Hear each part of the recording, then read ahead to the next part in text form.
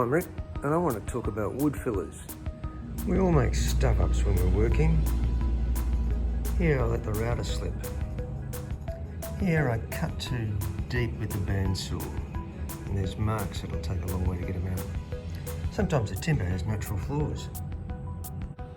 It's always best to get your holes and your cuts in the right place in the first place, but if you do stuff it up, it's not the end of the world. You can use fillers.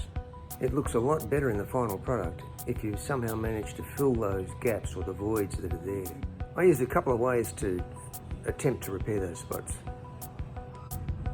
If the stuff-up's narrow and deep, drilling a hole and then filling it with a dowel can help. Here's where I stuffed up the location of a swivel pin.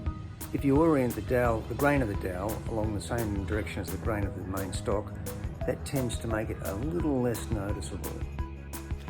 Like this, but not like this. But end grain comes out darker after you put varnish on it. But you can also use polyester and epoxy fillers.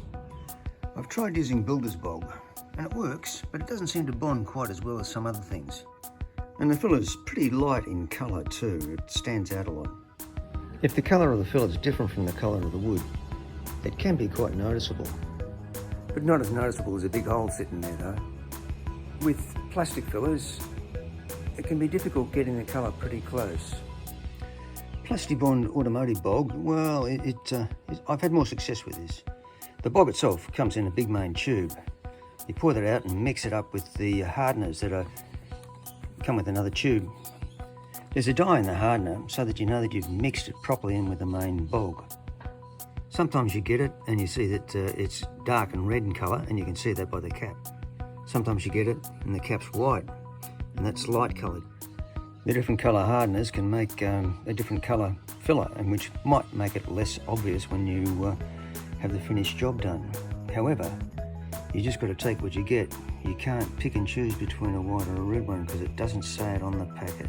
The reddy stuff is better on darker timbers, whereas the white stuff is better on the blonde timbers. You can make your own fillers, basing them on glue, epoxy in this case. You can mix in sawdust from your build. It works okay, but it comes out a little bit darker than the original wood. If you're really keen, you can try mixing corn flour or flour into it. That lightens it a bit. Polyurethane glues tend to foam a bit when they cure, so I wouldn't really trust them trying to make up a putty for a filler. However you do it, it still looks a lot better than a hole or a ding sitting there.